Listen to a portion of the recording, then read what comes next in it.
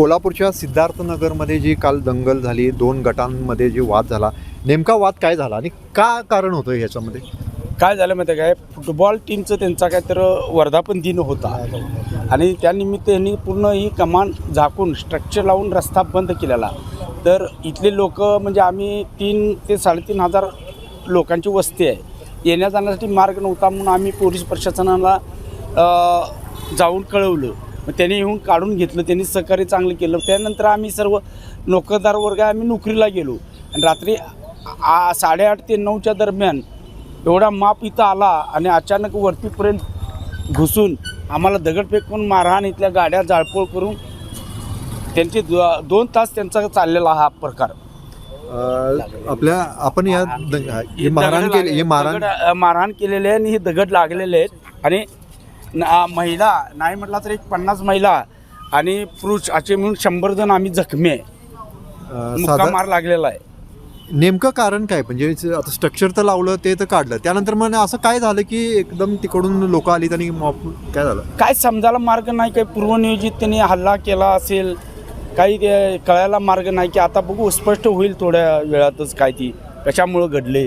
त्यामुळे पण इथला समाज आहे ना पूर्णपणे आमचा सिद्धार्थनगरवासी आहे. आम्ही कधी भांडणं करणारी लोक नाही आहे.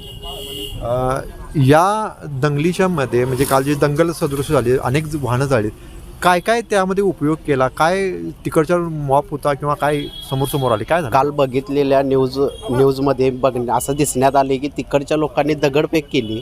दगडफेक केल्यानंतर त्यांच्या हातामध्ये काट्यासुद्धा दिसतात, त्याच्यामध्ये काही जणांच्या हातामध्ये हत्यारंसुद्धा आहेत. ह्या सगळ्या गोष्टीची चौकशी केली पाहिजे आणि संपूर्ण इकडच्या लोकांना न्याय दिला पाहिजे. कारण अशा काही लोकांची यात चूक नसताना सुद्धा या लोकांनी मारहाण केलेली आहे. कर्मचारी वर्ग आहे, घरी येताना सुद्धा त्यांना मारहाण झालेली आहे. त्याची सुद्धा चौकशी केली पाहिजे. जी लोक होती ती संपूर्ण लोक जे होती ते नशेबाज होती, हे सुद्धा त्याच्यामधून सिद्ध होते. कारण त्यांना समजत नव्हतं की ती लोक काय करतात आणि काय नाही. तुम्ही या ठिकाणी होता? तुम्ही होता या ठिकाणी? रात्री वरून येताना झालेल्या आम्हाला ज्या काही गोष्टी समजल्या त्या आम्ही तुम्हाला कथन केलेल्या आहे. ओके. सध्या पाहिलं तरी हीच जी लोक होती या ठिकाणी होती. आपल्यासोबत आणखीन काही लोक आहेत की काल तुम्ही होता या ठिकाणी? हे पण नव्हते. साधारण यातले काही लोक आपल्यासोबत आता बातचीत करण्यासाठी होते की त्यांनी या घटनेचा नेमका काय या ठिकाणी घटना घडली आणि आता देखील त्यांची मागणी हीच आहे की शांतता या ठिकाणी प्रस्थापित व्हावी.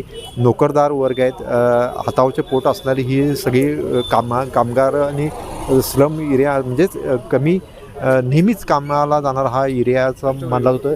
सिद्धार्थनगरमधला हा एरिया आणि आता सध्या काही लोक या ठिकाणी कामावरून गेलेली होती. रात्रीच्या वेळेला पुन्हा आज सकाळी आल्यानंतर त्यांना हा प्रकार देखील समजला आणि आपण या घटनेनंतर आता या ठिकाणची आता शांतता जरी प्रस्थापित केली असली तरी पोलीस प्रशासनाने या ठिकाणी जी दंगल ज्यांनी घडवण्यात आलेले त्यांच्यावर कठोर कारवाई करावी अशी या इथल्या नागरिकांची देखील मागणी आता आपल्याला असल्याचं पाहायला मिळते.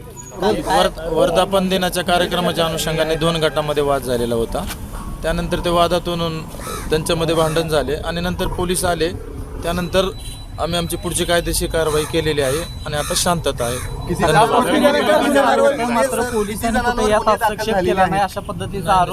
चुकीचे सर्व समाज माध्यमावर जो पोलिसांनी क्विक रिस्पॉन्स दिलेला आहे आणि आटोक्यात आलेले चालू आहे. आमची प्रोसेस चालू आहे. आपण सांगू नंतर 2 लाइन में बता दीजिए कि एग्जैक्ट रात को क्या